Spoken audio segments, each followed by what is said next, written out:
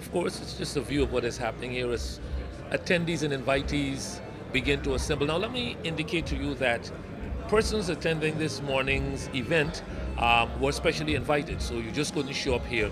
You had to have an official invitation, and they've invited close to 400 to 500 people. That's as much as this room could hold, and definitely people will be here, as I indicated, to looking forward to expectations from the speeches and from the various persons who will be making their presentations here today.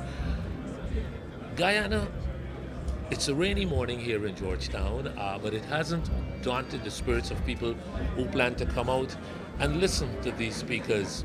And while we broadcast this on the web, and we know wherever you are, we're watching again, we'd like to extend a heartfelt welcome to you all and to remind you that this broadcast is originating from the Pegasus Hotel here in Georgetown, Guyana. And we are looking forward to many more broadcasts of this nature as we move towards the elections here in Guyana, which will take place on May 11th, as proclaimed by President Donald Ramatar a few weeks ago. Parliament has been dissolved now, so there is no parliament, but the Constitution does allow for the President, the executive, and the ministers of government to remain in place and function because the country has to be run. Now, as far as budgeting and all of that is concerned, from my knowledge, the government is allowed to spend 12% of the budget so that things can continue to flow and there will be no disruptions in the execution of services and business from a government perspective. So definitely things have not stopped in Guyana. I should alert and get our viewers, especially those not in Guyana, that there's no violence. People continue to live their lives daily. The only disruption you may get from time to time is like this morning when we had some serious downpours, and you know Georgetown, because of its low level, can experience floods in a jiffy, especially if the rains continue for more than 10 minutes on a non-stop basis. So, but that has not daunted the spirit of those who want to come out, and it has not daunted the organizers of this event, because this, of course, is very significant after the announcement of the launch and the get-together of this amalgamation of these two political parties.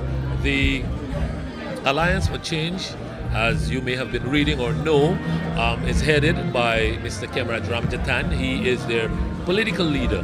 The chairman is Mr. Nigel Hughes, and the vice chairman is Mr. Moses Nagamutu.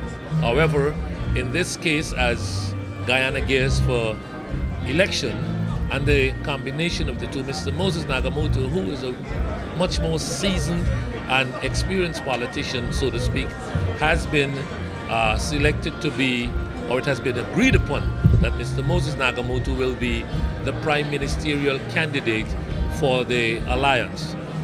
Mr. David Granger, who is the leader of the People's National Congress Reform, he's also the chairman of the Partnership for National Unity, the APNU grouping, which comprises 5 political parties, and he's also the leader of the opposition. So that in itself, and because of the strengths of the People's National Congress Reform and the strengths of the Partnership for National Unity, many persons felt, and it has been agreed upon by the two bodies, that Mr. Granger will be the presidential candidate.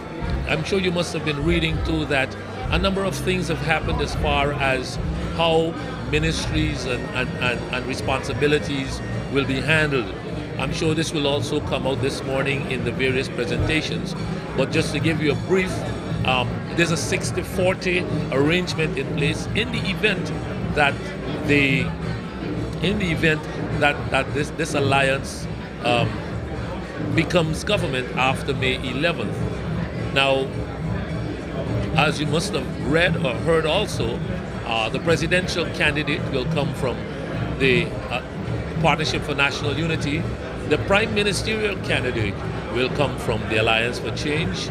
The Alliance for Change will be responsible for places like national security, agriculture, and the Partnership for National Unity will be responsible for things like the executive, the president, and foreign affairs, the military, and so on, defense.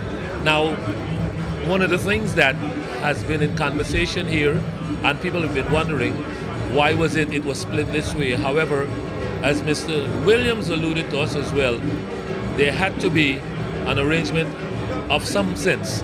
And this is where, after debating and working together for a lengthy period, they were able to bring this coalition together. So here we are. Now, in the case of the People's Progressive Party, and when we get to that launch, we'll be able to allude a little bit more, but they've also made some changes. Current Prime Minister, Samuel Hines, will no longer be their prime ministerial candidate. They have now introduced a new face, which is Ms. Elizabeth Harper, the former director of the Ministry of Foreign Affairs. But we're just about to start, so I'm going to let them shift it to you. And once again, welcome. Mr. Granger is entering the room with Mr. Nagamutu, and I'll hand it over to everything else that's going to be going on stage. Take a look.